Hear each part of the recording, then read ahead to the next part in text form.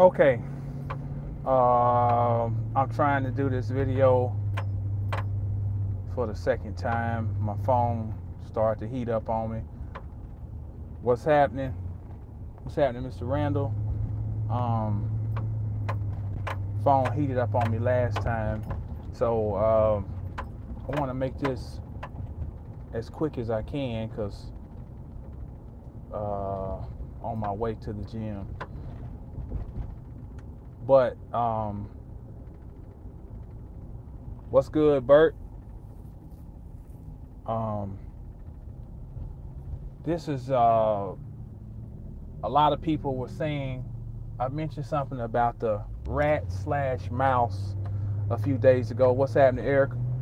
And a lot of people were commenting about how they had either some dream about a rat or a mouse or some vision or some type of or some thought that came up. So we know enough to know. If we don't know nothing else, we know enough to know that coincidences are actually synchronicities. What's happening? Sending love back all the way from Cali, California. What's happening? What's up, Yusuf? So let's just try to look at slash rat briefly. And yes, I'm using those interchangeably.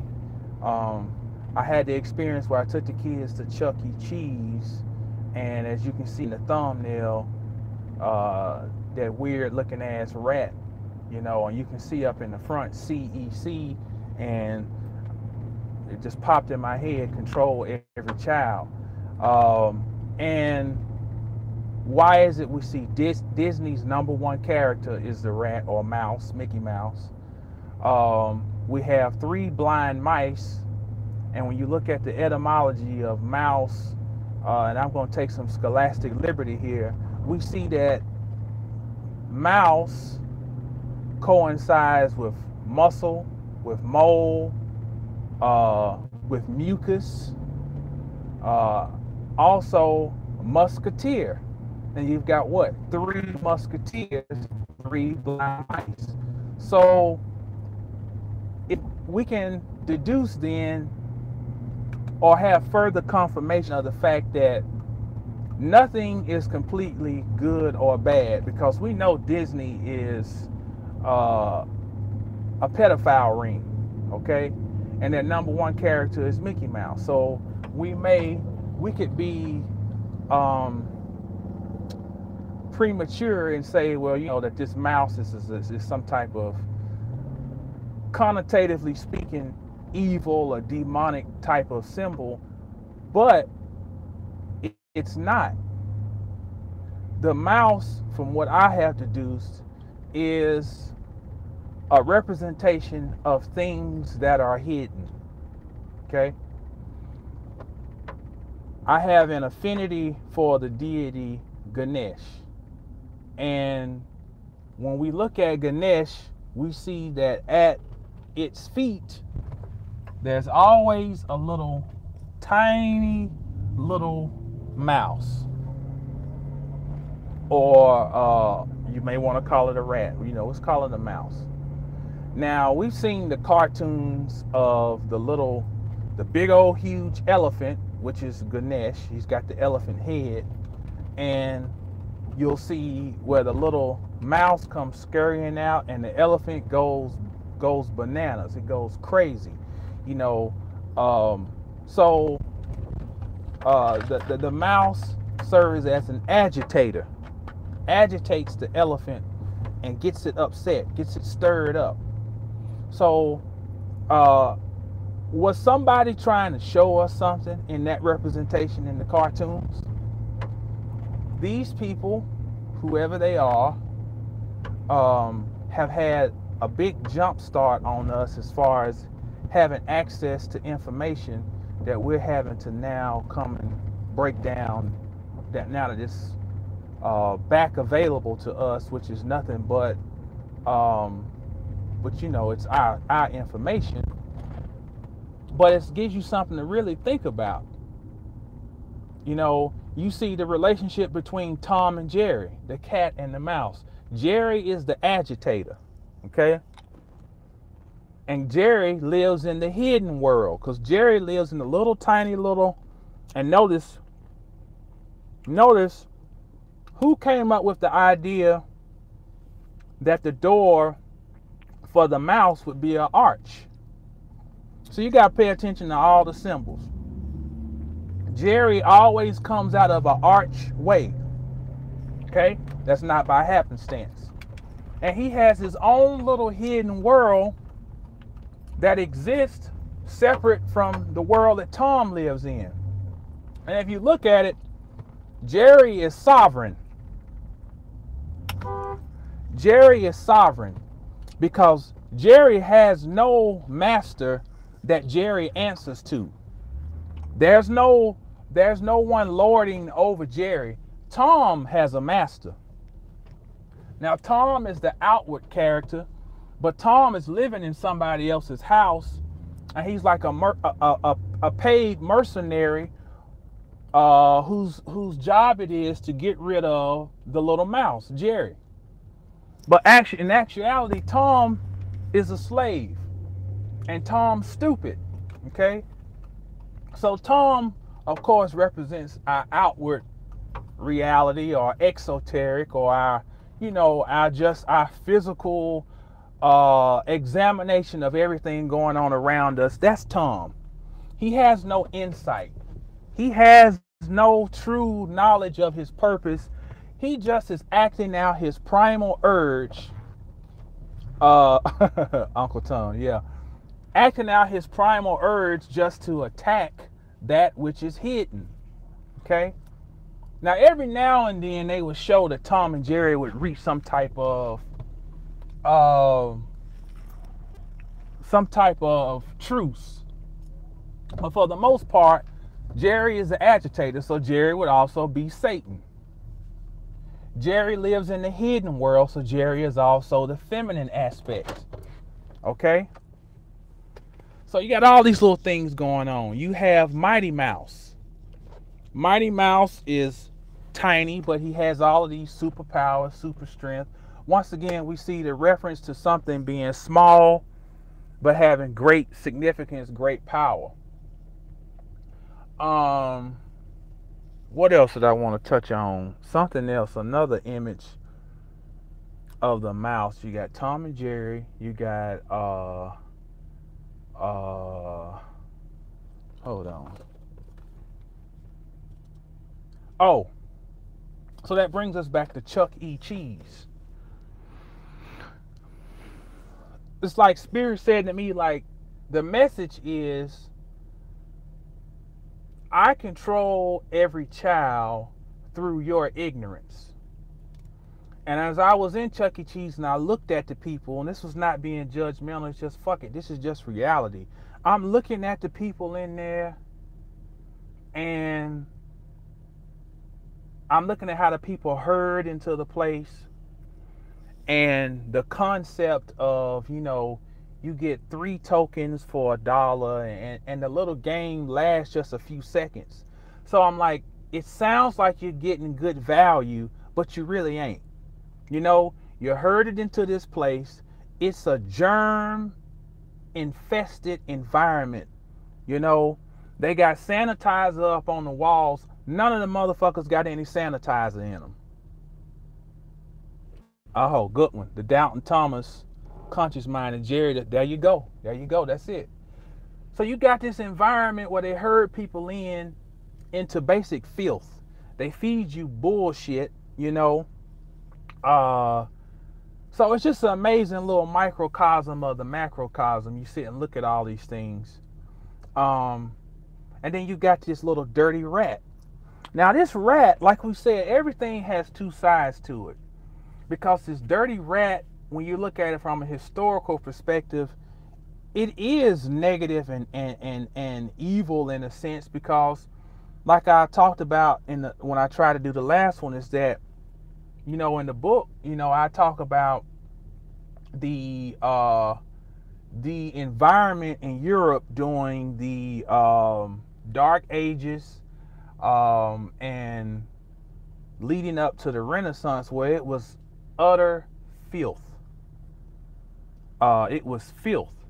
And the Black Plague was mostly spurred on by rats that were coming in on cargo ships. And the rats, of course, are attracted to filth. And the rats brought in fleas.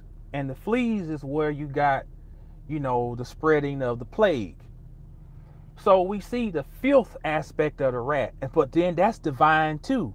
Because we know from an alchemical standpoint, filth is associated with shit. And you see all through the Bible references to shit. Joshua went down into Shittim, build the ark out of Shittim wood. Shittim, shit.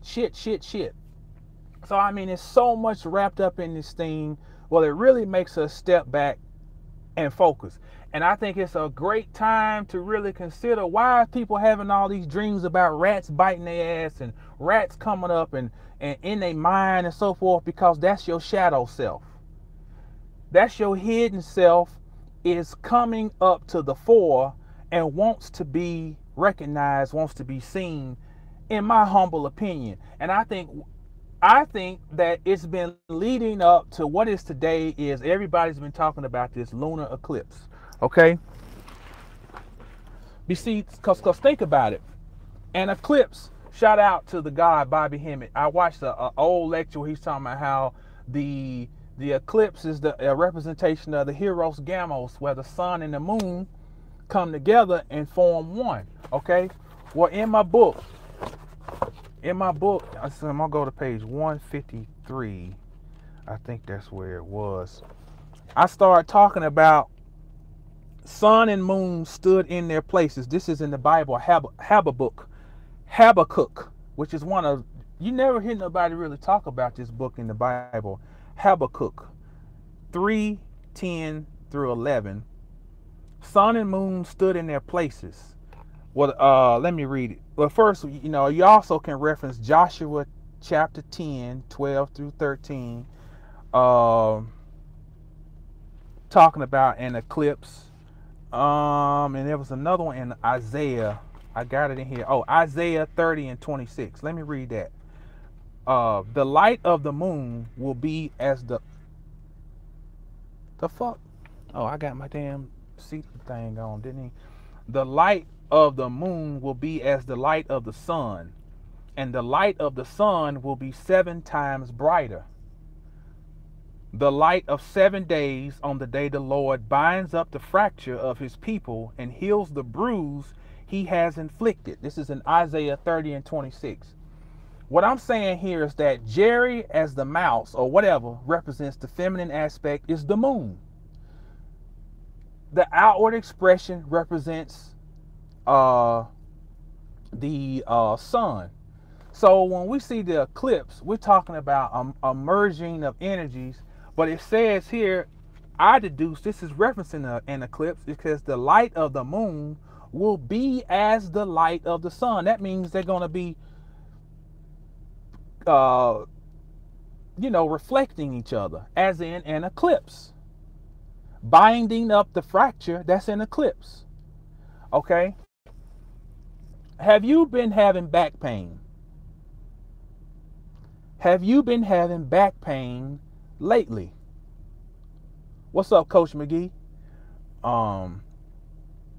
That is, to me, I think part of that is that it's been leading up to this energy because Kundalini rises up out of the lower spine, right? One of the homeboys in Houston sent something we talked about, all roads run through Texas, sent me something. I mentioned, I keep forgetting his name. His last name Ford, basketball player, badass guard that played for University of Texas. Well, we wonder, well, what happened to him? Well, his career was ended because he had spinal stenosis. Okay? One of my old trainers used to also say too, he used to call, back pain, he used to say that's black man's disease. He said that was a residual effect of slavery, where from us having to, work out in the fields and shit, in our DNA, that we inherited back pain. That's some shit to think about. But either way, we see we're going through these metamorphoses and these changes and these initiations at times and don't realize it. TJ Ford, that's it. TJ Ford, that's right. Appreciate that, Krishna.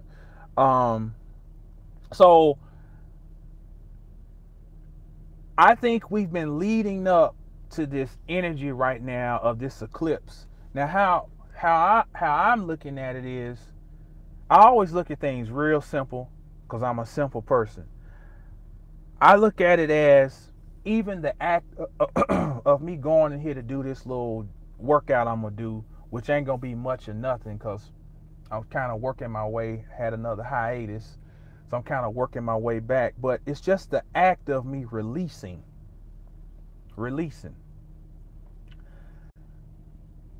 My back has been acting up, and I can say, oh, it's from sitting still and typing for hours and not having an ergonomic chair because I'm working at home and so forth. I ain't in the office and da da da da.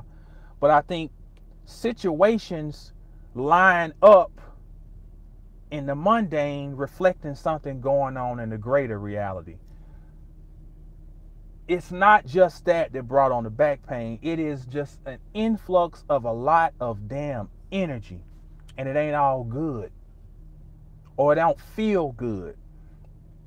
Energy that stress. Salam alaikum. Salam alaikum, Anissa. Stress that is converging, that is resulting into a storehouse of energy, and you got to take all this, and it's like your lower spine is like a power converter. Okay, you have energy that is released in your lower body. Well, how does this energy then get transferred up to your upper body? It's just like, well, why is it people can burn fat more when they train their legs? It's because the legs require so much blood and oxygen to be pushed down there to train them that it becomes a cardiovascular effect. Well, it also, when you train your legs, that energy is transferred up. If you want to get stronger up top, you need to train your legs more, because that energy that you build down there gets released up. Well, how does it get released? It has to be transferred through a power center, which is your spine. Your spine is the epicenter of your nervous system. So you got all these little subplots that are going on, and these little inner working parts that are moving on the physical level and reflecting a spiritual phenomenon. So it's just it's some amazing shit. It's something amazing. I don't know if this is making sense. I'm going fast, and we're gonna have to come back and talk about this again, because it's just, I think there's more to this. But I don't want this damn phone to try to heat up again, because it's feeling hot. It's funny how this shit is happening. It ain't even really hot out here today. But that's just something just quick, just to think about. Just like, all these little subtle things going on that are representing greater things, greater realities. And a lot of times we're going through these little mini initiations, mini transformations, and may not be completely aware that, it may just seem like something super simple, super mundane, and it's reflecting something greater. So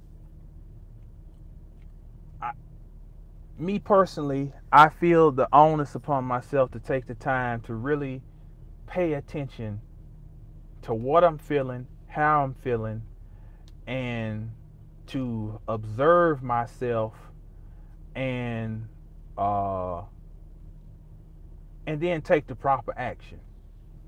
To take control of the ship and drive it. And that's easier said than done.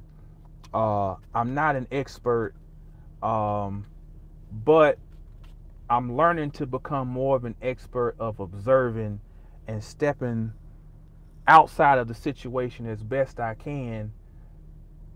And there's a power in that. There's a power in stepping outside, that's right, of mice and men. Uh, there's a power of stepping outside of it and, if nothing else, attempting to observe. Because now I free up an aspect of myself, uh, so that I can then take control. As long as all of me is engulfed in whatever I'm going through, then I'm the slave. I'm the slave. So really going back to Tom and Jerry. Jerry is in somebody else's house, and this motherfucker has created his own world. He's created his own world. Tom is the slave. Tom is all in. Tom is a slave to the environment. Jerry says, I'm going to create my own space, even within hell. So, yes, I deduced that, yeah, this Chuck E. Cheese thing is something foul. That's the whole thing, you know. But the depths of its power and its scope is based on the ignorance of the people who were involved with it. I felt a little uncomfortable and uneasy in there, especially with the little rat just kept staring over there at us. But then I realized too, like, hey, he or she who has the ability to step outside and observe has the power. So the rat, whether it's Disney or Chuck E. Cheese or whatever, is only as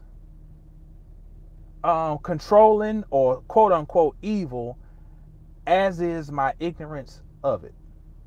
Because I said earlier that the word mouse ties back to muscle.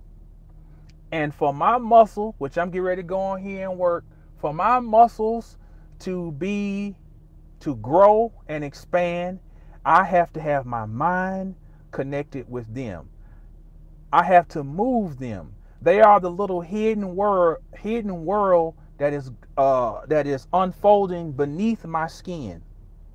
And I can see their development because my skin starts to expand and push out. But I literally can't see the muscle. I can see the remnants of it.